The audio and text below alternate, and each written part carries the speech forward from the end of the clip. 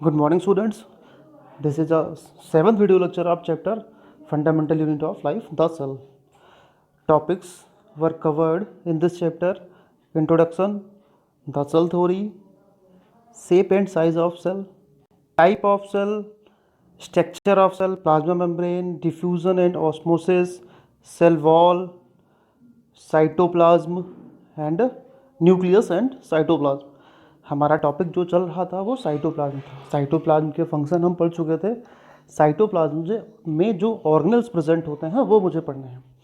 तो स्टार्ट करते हैं आज साइटोप्लाज्म जो organelles start. Okay, let's start the cytoplasm, the organelles present in the cytoplasm.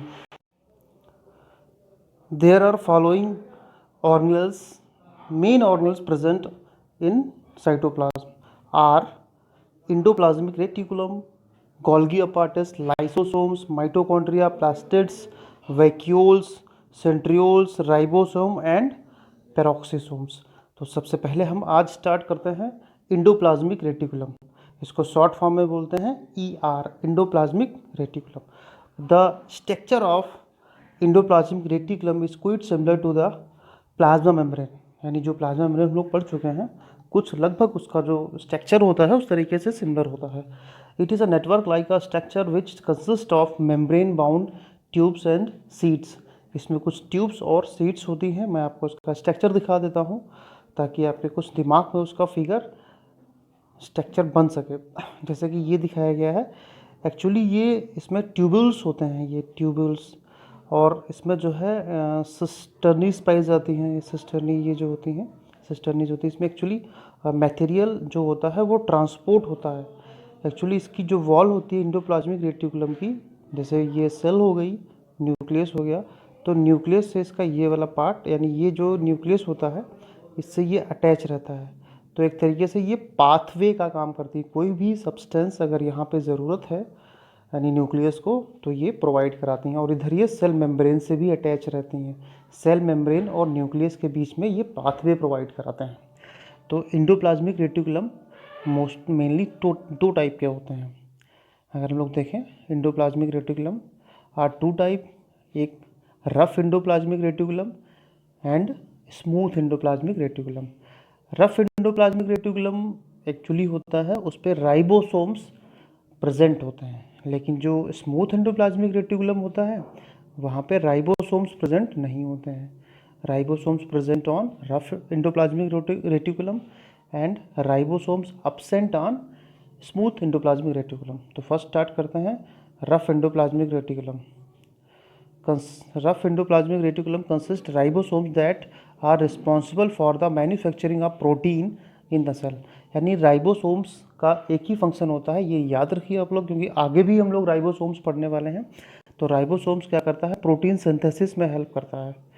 Ribosomes protein synthesis में हेल्प करता है। They gives a rough texture to the cell. यानी जो रफनेस दिखाई पड़ती है इंडोप्लाज्मिक रेटिकुलम में, तो वो राइबोसोम्स की वजह से ही होती है। Second is smooth endoplasmic reticulum. Smooth endoplasmic reticulum manufacture fat और लिपिड्स। यानी जो रफ वाला होता है वो प्रोटीन्स का फॉर्मेशन करता है, और जो स्मूथ वाला होता है वो फैट एंड लिपिड्स का मोस्टली फॉर्मेशन करता है। Cell which allowed to function the of the cell. What are the function of lipid and proteins. अच्छा, लिपिड एंड प्रोटीन्स एक्चुअली हमारी बॉडी में क्या न्यूट्रिएंट्स होते हैं, तो इनका फंक्शन क्या होता है। एक्चुअली ये सेल मेम्ब्रेन बनाने में हेल्प करते हैं, लिपिड एंड प्रोटीन, क्योंकि हम लोग पढ़ चुके हैं इससे पहले सेल मेम्ब्रेन का स्ट्रक्चर, तो वो मोस्टली लिपिड एंड प्रोटीन का ही बना होता है। अच्छा, लिपिड एंड प्रोटीन यानी जो स्मूथ एंडोप्लाज्मिक रेटिकुलम होता है वो लिपिड और प्रोटीन बनाने में हेल्प करता है, और लिपिड और प्रोटीन जो होते हैं वो सेल मेम्ब्रेन बनाने में हेल्प करते हैं, सेल मेम्ब्रेन।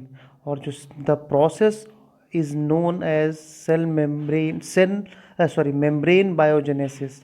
यानी जो मेम्ब्रेन सेल मेम्ब्रेन बनाने की जो प्रोसेस होती है उसको बोलते हैं मेम्ब्रेन बायोजेनेसिस। याद रखिए, टर्म इंपॉर्टेंट है। Membrane biogenesis is the process of making cell membrane. और जो प्रोटीन एंड लिपिड्स होते हैं वो दोनों हार्मोन की तरीके से वर्क करते हैं। ये इसका स्ट्रक्चर है, और इसके फंक्शन भी मैं आपको बता देता हूँ। The function of endoplasmic reticulum.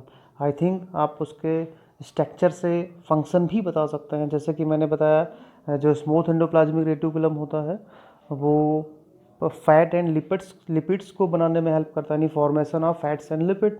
And जो रफ एंडोप्लाज्मिक रेटिकुलम होता है जिसमें राइबोसोम्स प्रेजेंट होते हैं, राइबोसोम्स प्रोटीन का सिंथेसिस करते हैं, तो प्रोटीन सिंथेसिस। और मैंने ये भी बताया था कि ये एक तरीके से पाथवे प्रोवाइड करता है। जो मटेरियल होते हैं वो न्यूक्लियस तक, सेल मेम्ब्रेन से न्यूक्लियस तक सीधे प्रोवाइड कराता है। तो कौन कौन से फंक्शन हैं उनको लिस्टेड करते हैं।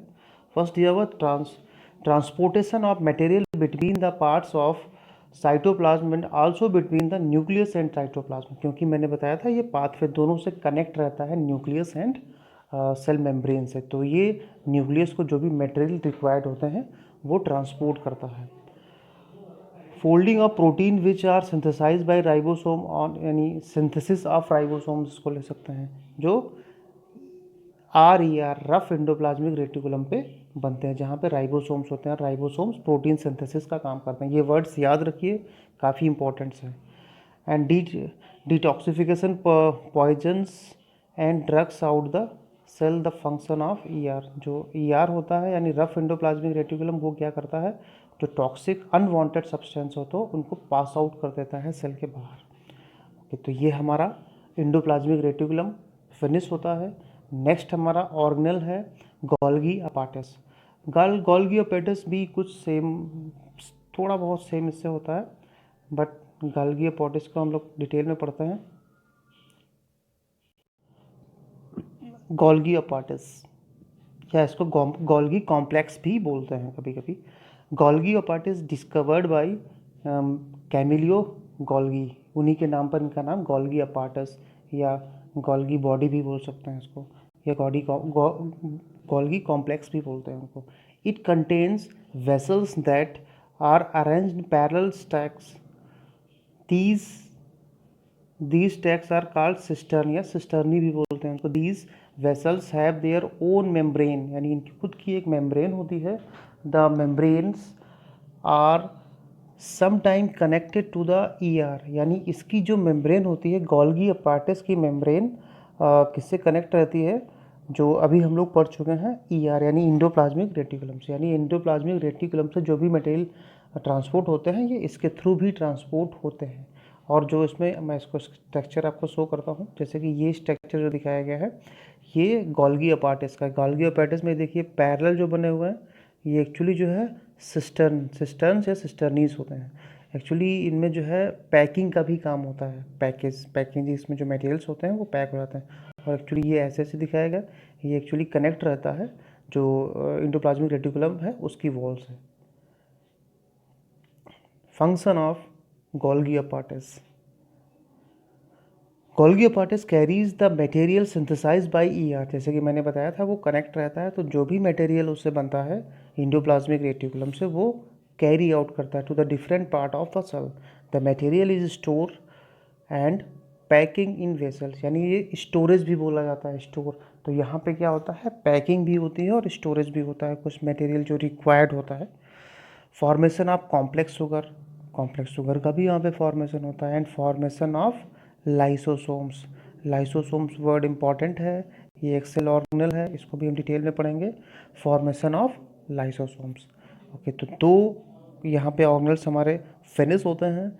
नेक्स्ट हमारा ऑर्गेनल है लाइसोसोम, जो कि बहुत इंपॉर्टेंट है, लेकिन ये हम आपके नेक्स्ट वीडियो लेक्चर में कवर करेंगे। स्टूडेंट, अब आपको जो उसमें डिस्क्रिप्शन होता है, डिस्क्रिप्शन में हम आपके कुछ क्वेश्चन भी देंगे, तो आप लोग डिस्क्रिप्शन चेक करा करिए, और डिस्क्रिप्शन में कुछ क्वेश्चन होंगे उनका आप आंसर लिख के हमें रिवर्ट भेज सकते हैं। Okay, thank you so much.